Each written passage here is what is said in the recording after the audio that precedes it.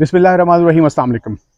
अच्छा जी, एक आज अनहोनी बात हुई है जिसके बारे में कभी सोचा नहीं था। ये मेरे हाथ में 75 रुपए के 4 नोट हैं, यानी 300 रुपया निसफ़, जिनके 150 होते हैं। ये मुझे ईदी मिली है और मेरी मदर इन लॉ ने, जो कि एक रिटायर्ड प्रोफेसर हैं, उन्होंने दी है। मैं खुद सुबह से हैरान हूँ कि आज सूरज किधर से निकला है। हो सकता है, वैसे तो ये पहला गिफ्ट है या पहली ईदी है और आखिरी भी हो सकती है, लेकिन कुछ कहा नहीं जा सकता, क्योंकि पैवस्ता रह शजर से उम्मीदें बाहर रख। मैं खुद सुबह से सोच रहा था कि आज सूरज पता नहीं किधर से निकला है। 99 से पहले हमें ईदी मिलती होती थी। 99 में मेरी जॉब लगी है, तो फिर हम ईदी देने की पोजीशन में आए। तब से लेकर अब तक ईदी देते रहे हैं। तो ये पहली दफ़ा हुआ है इतने सालों के बाद कि किसी ने हमें ईदी दी है, और उम्मीद रखते हैं कि ये सिलसिला जो है वो आगे भी चले। हो सकता है आखिरी हो, लेकिन कहा जाता है कि पैवस्ता रह शजर से उम्मीदें बाहर रख। अब दूसरी तरफ आती हैं कि ये जो 75 रुपए के नोट्स हैं, ये पाकिस्तान की 75वीं सालगिरह के मौका पर जारी किए गए थे स्टेट बैंक ऑफ पाकिस्तान की तरफ से। इनके ऊपर अगर देखें तो ये 4 लोगों की तस्वीर है। अब इनमें से एक सर सैयद अहमद ख़ान है। सर सैयद अहमद ख़ान जो है वो, उनके बारे में बड़े लोगों ने तनकीद की कि उनकी तस्वीर जो है इस नोट पे क्यों है, लेकिन शायद हम भूल गए हैं कि सर सैयद अहमद ख़ान हमारी जो पाकिस्तान बनाने की मूवमेंट है, थे तो खैर बहुत पहले, लेकिन उनका एक अहम किरदार है। जब मुसलमान हिंदुस्तान में पिस रहे थे, तो मुसलमानों को जदीद तालीम की तरफ राग़िब करने के लिए इनकी बड़ी खिदमात हैं। रिसाला तहज़ीबुल अखलाक देख लें, असारुल सनादीद की किताब देख लें, असबाब बगावत हिंद देख लें, उर्दू सहाफ़त और उर्दू ज़ुबान के हवाले से, फिर मोहम्मदन एजुकेशनल स्कूल, फिर कॉलेज, फिर अलीगढ़ यूनिवर्सिटी। तो ये बहुत बड़े प्लेटफॉर्म्स थे जो मुसलमानों को उन्होंने जदीद तालीम की तरफ राग़िब करने के लिए किए।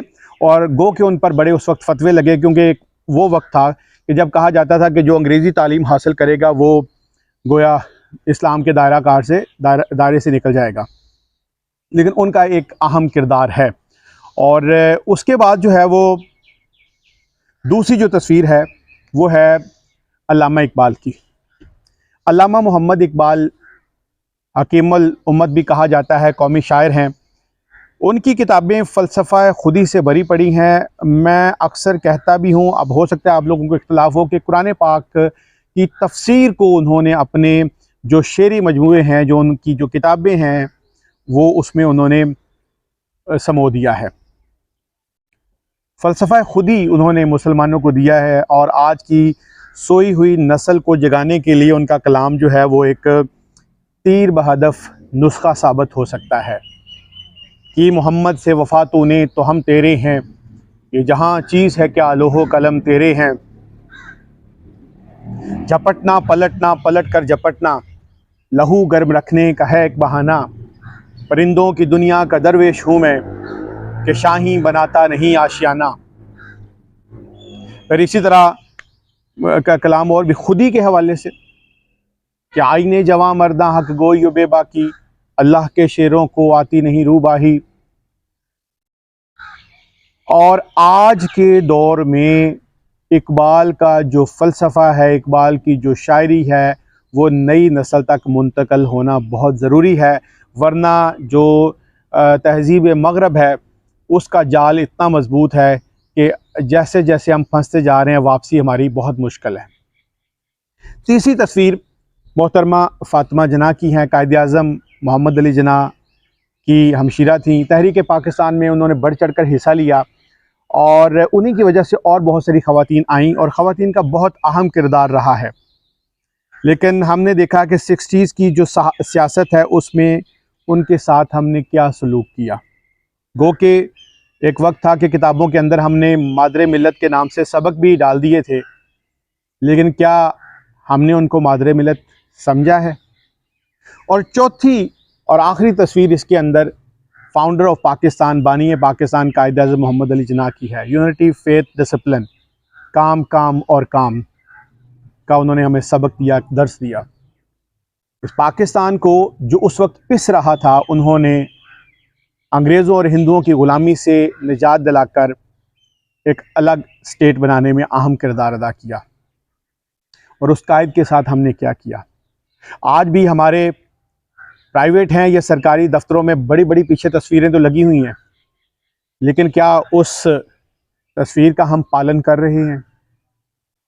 तो ये जो ईदी आज मुझे मिली है, मजाक एक तरफ, लेकिन इसकी जो संजीदगी है वो बहुत ज़्यादा है। ये मेरे लिए यादगार है।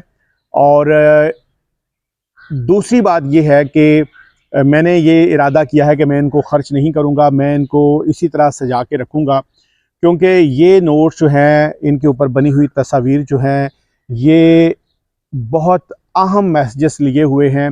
और इन तस्वीरों से जो हमें मैसेज मिलता है वो नई नस्ल को मुंतकिल करना बहुत ज़रूरी है। Thank you very much.